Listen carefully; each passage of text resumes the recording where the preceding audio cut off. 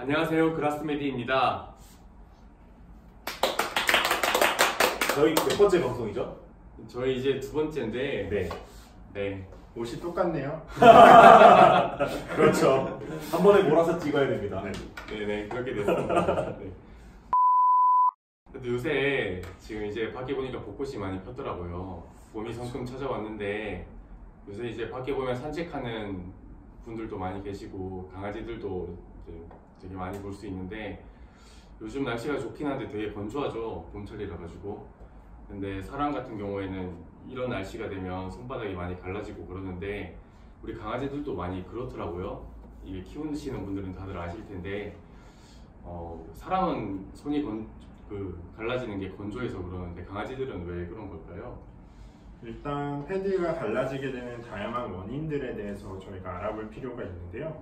보호자분들께서 생각하시는 것처럼 패드가 손상받는 원인은 단순히 산책을 많이 해서 뿐만 아니라 다양한 원인에 의해서 나타날 수 있어요. 이런 산책이나 생활 습관상의 문제도 원인이 될 수 있지만 열이라든지 냉기에 의한 손상, 화상이나 동상 같은 것도 적용이 될 수 있는 거고요. 그리고 산책하는 과정에서 이물이나 찔릴 수 있는 다른 어떤 물체에 의한 손상 같은 것도 원인이 될 수 있고, 또 아이가 밟고 다니는 바닥에 묻어있는 화학적인 물질에 의해서 화학적인 손상이 일어나는 경우도 있습니다. 화학적인 손상 같은 경우는 대표적으로 겨울철 같은 경우에는 이제 제설을 위해서 헤딩을 위해서 뿌려주는 염화칼슘 같은 것들이 아이들 발바닥에 이제 패드에 자극원으로 작용을 할 수가 있겠죠. 그렇군요. 그러면 그렇게 원인이 다양하면 이게 발바닥 갈라지는 게 사람도 그렇잖아요. 원인이 이거면 해결책도 그거에 따라 달라질 텐데 발바닥 갈라짐이란 증상이 하나라도 그 원인에 따라 해결책이 되게 다양하겠네요.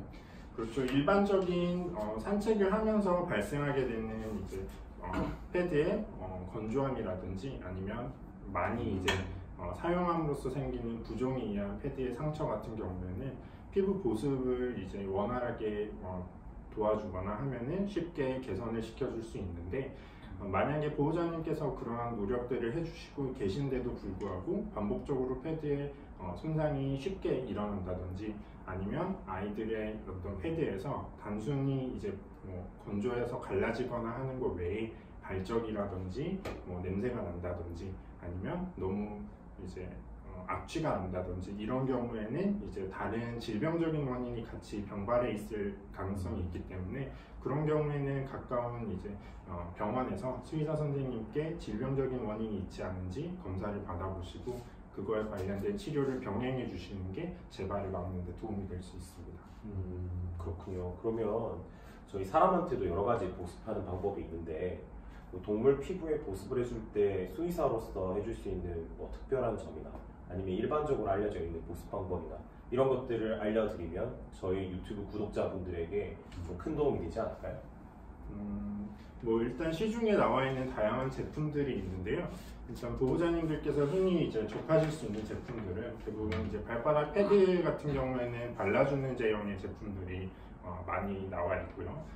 이제 전신적인 피부 관리 같은 경우에는 이제 뿌려주는 스프레이형 제제라든지 아니면 피부 자체에 이제 국소적으로 이제 발라주면은 피부에 이제 전반적으로 퍼져서 흡수가 되는 제형의 제품들이라든지 그런 다양한 종류의 제품들이 있고 일반적으로 이제 피부 건강 관리를 위해서 사용하는 제품들이라면 이제 특별히 보습 효과를 주는데 이제 목적을 두시면 되기 때문에 시중에 나와 있는 제품 중에 향이나 아이가 스트레스 받지 않는 제품을 골라서 적용하시면 되겠지만 만약에 아이가 어떤 아토피라든지 이런 피부 질병적인 이유가 있어서 그 피부의 기능과 건강을 개선시키는데 보조적으로 이제 접근하는 쪽이라면은 아이가 필요한 피부 건강에 필요한 약재가 포함되어 있는 종류나 이런 것들을 수의사 선생님과 상의해서 결정하셔서 적용하시는 게 필요할 수는 있습니다. 네. 보통 저희 사람 쪽에는 제가 이제 아무래도 의사다 보니까 보습을 할 때는 다음과 같은 방법으로 좀 해주는 게 있거든요. 먼저 첫 번째로 성상이 어떻게 되느냐, 쉽게 말하면 미스트 형태처럼 이렇게 뿌릴 수 있는 것이냐, 액상 타입이죠. 그 다음에는 점점 액상이 이제 점점 고체상으로 바뀌어가는 것들이 있는데요. 그래서 로션이 있고요. 그 다음으로는 크림이 있고 이제 마지막으로는 연고 타입으로 되어 있는 게 있죠. 쉽게 말해서 아토피 환자들한테 보습을 할 때 좀 더 도움이 되는 건 미스트보다는 연고 타입이거든요. 그런 것들이 있어서 방금 앞에서 이제 뿌려서 흡수되는 것도 있고 그 다음에 발라주는 것도 있고 여러 가지가 있다고 했는데 혹시 그런 부분에 대해서 좀 더 설명해 주실 수 있을까요? 일단 강아지 제품들도 이제 다양한 형태, 형상의 제품들이 나와 있기는 한데 일단 보통 피부적 질환이 있는 아이들 같은 경우에는 제모를 하게 되는 경우가 많이 있거든요. 그래서 그런 경우에는 연고제 타입이나 크림 타입의 제제를 바르는데 크게 어려움이 없고 바르고 나서도 유지 관리가 오히려 좀 쉬운 편이지만 단순히 이제 평상시에 건강 관리 차원에서 이제 적용하기 위해서는 아이들이 불필요하게 이제 털을 밀거나 하는 경우가 많이 없기 때문에 그럴 때는 이제 뿌려서 흡수하는 제제 타입들이 조금 더 선호되는 편이죠. 아무래도 크림이나 이런 것들은 털이 이제 엉기고 떡지고 할 수 있으니까요. 네. 그리고 아이들에서는 또 중요한 게 이제 핥아 먹을 수 있다는 것에 대해서 저희가 항상 생각을 해야 돼요. 피부병 때문에 고생하셨던 분들은 뭐 진료받으시던 선생님들께 뭐 이거는 핥아 먹지 않게 좀 주의하셔야 돼요 라는 얘기를 들어보신 적이 있을 텐데 치료 목적의 이제 연고제나 그런 보습제들 같은 경우에 피부에 적용했을 때는 큰 부작용이 없지만 핥아 먹거나 했을 때는 가볍게는 소화기 증상이나 아니면 다른 기타 전신적인 부작용을 나타낼 수 있는 제재가 있을 수 있기 때문에 그런 부분에서는 좀 주의를 기할 필요가 있습니다. 그래서 아마 그런 약을 적용하는 아이들은 이제 저희가 네칼라라고 부르는 아이들 목에 이렇게 씌워서 스스로 이제 핥지 못하게 하는 그런 것들을 같이 보조적으로 적용하는 경우가 많죠. 정말 반려동물 보습제에 대해서 상세하게 설명해 주셨고 제가 많은 채널들을 살펴보진 않았지만 반려동물 채널 중에서는 이렇게까지 쉽고 간편하게 설명해 주는 곳은 없었던 것 같습니다. 몇 가지 좀 덧붙이고 싶은데요. 보습의 능력을 평가할 때 TWL이라는 지표가 있어요. 이게 뭐냐면 피부 마지막 층이 표피층이라는 거거든요. 이 표피층에서 수분이 얼마나 증발되어서 이게 수분이 얼마나 사라지느냐를 나타내는 지표가 TWL이라는 지표입니다. 이 TWL 지표가 당연히 낮을수록 수분 증발이 적으니까 보습 능력이 뛰어나다고 말할 수가 있는데요. 그러면 아무래도 우리나라 천연 자연 식물에 굉장히 이런 보습력을 좋게 해줄 수 있는 성분들이 많거든요. 근데 이런 부분에 대해서는 제가 잘 몰라서 이제 한의사이신 서영주 선생님께 좀 물어보고 싶거든요. 어떤 이런 좋은 게 있을까요? 한의학에서는 이 보습 목적으로 이제 외용제 겉에 바르는 그런 약을 쓸 때 이제 기본적으로 여러 약재를 첨가할 수는 있지만 그거를 붙여야 되니까 붙이기 위해서 밀랍을 써요. 밀랍이 이제 벌집을 밀랍 한자로 밀랍 이렇게 표현하는데 밀랍이랑 꿀을 많이 쓰곤 합니다. 근데 요거는 지금도 많이 쓰죠. 예를 들어 뭐 버칩이라는 회사는 특히 밀랍이랑 꿀을 쓰는 뭐 핸드크림이나 이런 보습제로 되게 유명한 회사인데 우리는 그거를 되게 옛날부터 아마 서양에서도 많이 썼을 거예요.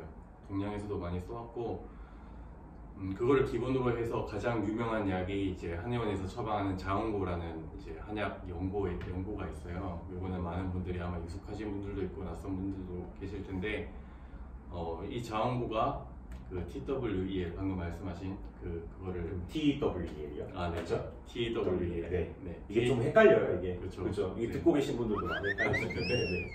TWEL. 네네, TWEL. 그러니까 증발되는 수분의 양을 많이 줄여준다는 그런 논문도 최근에 지금 SCI에 게재된 바가 있어요. 아, 진짜요? 한번 저희 그러면 좀 한번 찾아볼까요? 저희가 찾아보려고 얘기 꺼내신 분이 뭐 에비던스 찾아오셔야죠. 네, 한번 찾아봐 주시죠. 제가 한번 보여드리겠습니다. 네.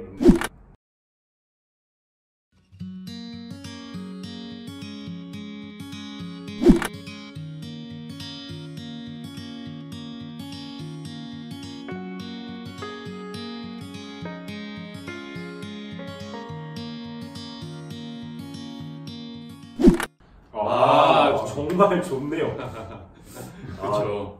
저희가 사실 음, 이런 것과 관련된 있는 논문을 많이 보지 못해서 그렇죠. 정말 좋네요. 네, 자원고라는 게 정말 필요한 사람이 아니면은 아마 낯선 분들이 대다수일 거예요. 그래가지고 아마 두 분은 처음 보셨을 텐데 이 논문이 이것뿐만 있는 게 아니라 되게 많으니까 관심 있으신 분들은 찾아보셔도 좋을 것 같아요.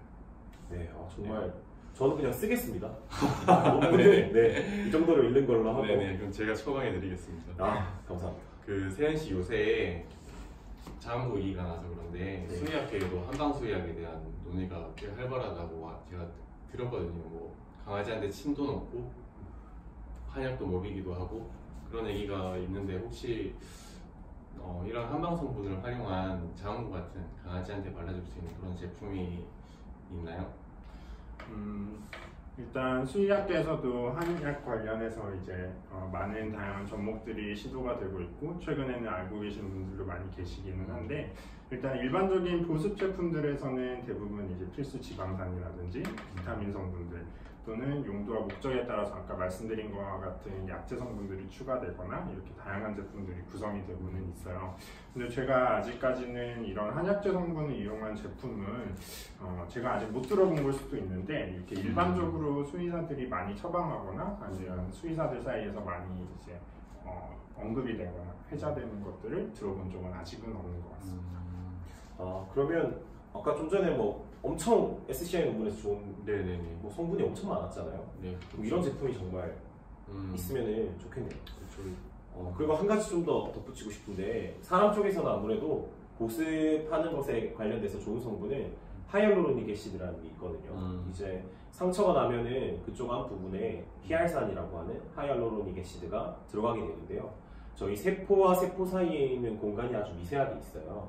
이제 그쪽 세포 외기질이라는 곳에 대다수의 양을 차지하고 있는 게 히알산이거든요. 잘 아시다시피. 그래서 히알산이 그쪽에 들어가서 어떤 세포의 탄력성을 유지해준다고 해서 히알산을 보습제로 많이 쓰고 있어요. 네. 이런 것처럼 사람한테는 보습 성분이 굉장히 많이 개발되어 있고요. 그러면 동물에게도 이렇게 보습 성분이 많이 개발되어서 다양한 성분을 통한 여러 가지 제품이 소비자분들 그리고 반려가족분들이 쓸 수 있으면 오히려 편의 문화가 좀 더 확산될 수 있을 것 같습니다. 네, 좋은 의견 잘 들었습니다. 네네요. 그 강아지 발바닥 갈라짐 증상이 있을 때는 표면에 이제 보호막을 형성해서 수분을 증발하지 않게 하는 그리고 덤으로 또 염증도 좀 완화시켜주거나 진정시켜줄 수 있는 그런 기능을 갖춘 제품을 활용해 보시는 걸 추천해드리고요. 강아지 보습제가 이제 시중에 국내에 나온 제품을 보면 주로 병풀이나 편백수 이런 것들을 활용한 제품들이 많더라고요. 근데 저희 쪽에서는 이제 방금 제가 말씀드린 자원고라는 걸 활용해서 제품을 하나 만들어서 이번에 출시를 했어요. 근데 이거는 홍보 목적으로 만드는 영상은 아니니까 그 제품명은 저희가 얘기 안 할게요. 그냥 궁금하신 분이 있으면 찾아보시고요. 네. 하여튼 뭐 시중에 나온 제품이 우리나라에서 그렇게 종류가 많지는 않아요. 그러니까 보호자 여러분들 찾아보시고 공부 한번 해보시고 꼼꼼히 아시고 난 다음에 발라보시는 걸 저희는 추천드리겠습니다. 오늘은 강아지 발바닥 갈라짐 건조 증상에 대해서 알아봤는데요.